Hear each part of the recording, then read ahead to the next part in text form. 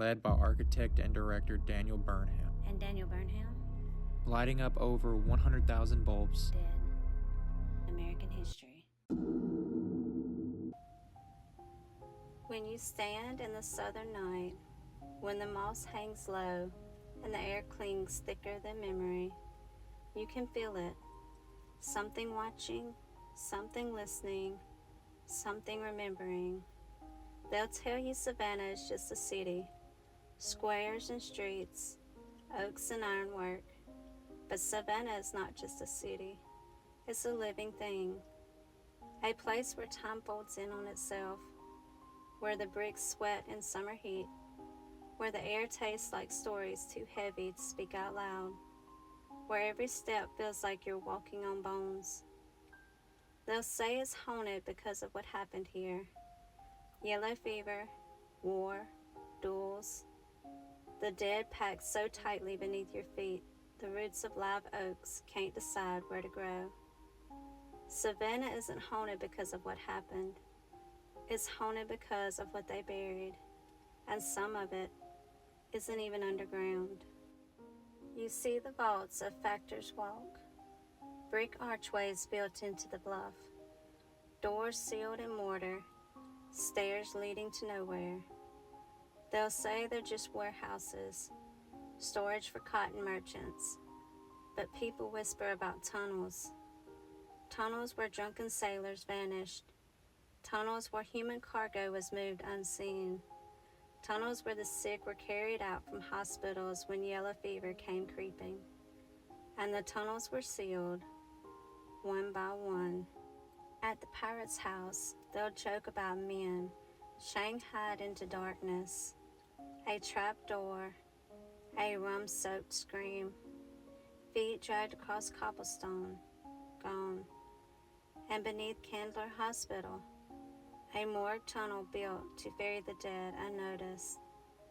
But why is it still sealed? And why does every worker sent down there come back pale and quiet? Savannah's tunnels are like veins. Cut open, they'd bleed history.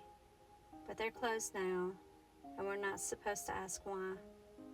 The air shifts when you get closer to the Cathedral Basilica of St. John the Baptist. Two spires piercing the sky, imported stained glass catching light like trapped souls. A sanctuary so vast it feels wrong in this city of brick and swamp. They'll tell you it was built in 3 years, 1873 to 1876. Then they'll tell you it burned in 1898, and they'll tell you it was rebuilt by 1900. But they won't show you the photos. Not a single photograph of this monumental construction. Not one image of scaffolding or workers or stone being set, even though cameras line the streets by then. It's almost as if the spires have always been there, as if Savannah didn't build this cathedral, it inherited it. And maybe, just maybe, when the fire came in 1898, it wasn't a tragedy, it was an accident. A mistake that exposed the truth of what stood there long before 1873. Because this isn't just Gothic revival. It's Old World mastery. Vaulted ceilings, geometry so precise it sings. Imported stained glass from Austria, in a city still recovering from war and poverty. So I have to ask, did they build it? Or did they just rename it? They'll say it's impossible, that the timelines are sound, but impossible has a way of echoing in Savannah, just like the ghost. Back on the outskirts, Wormslow's, Tabby's ruins stand silent under moss oaks, walls built of oyster shells and lime.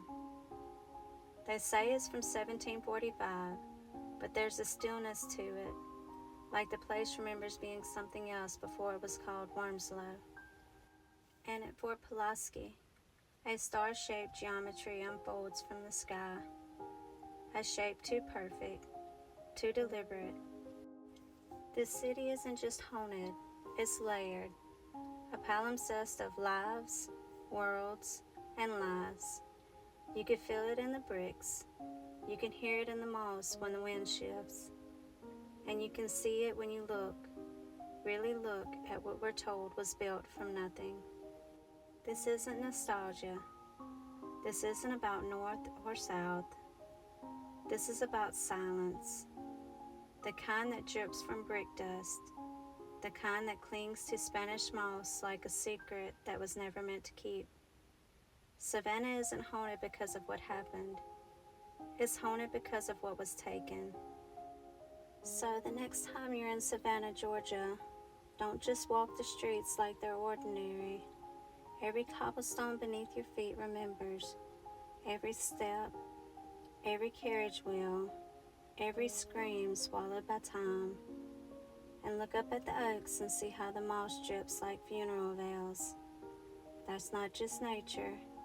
It's a memory hanging heavy in the air. Listen closely.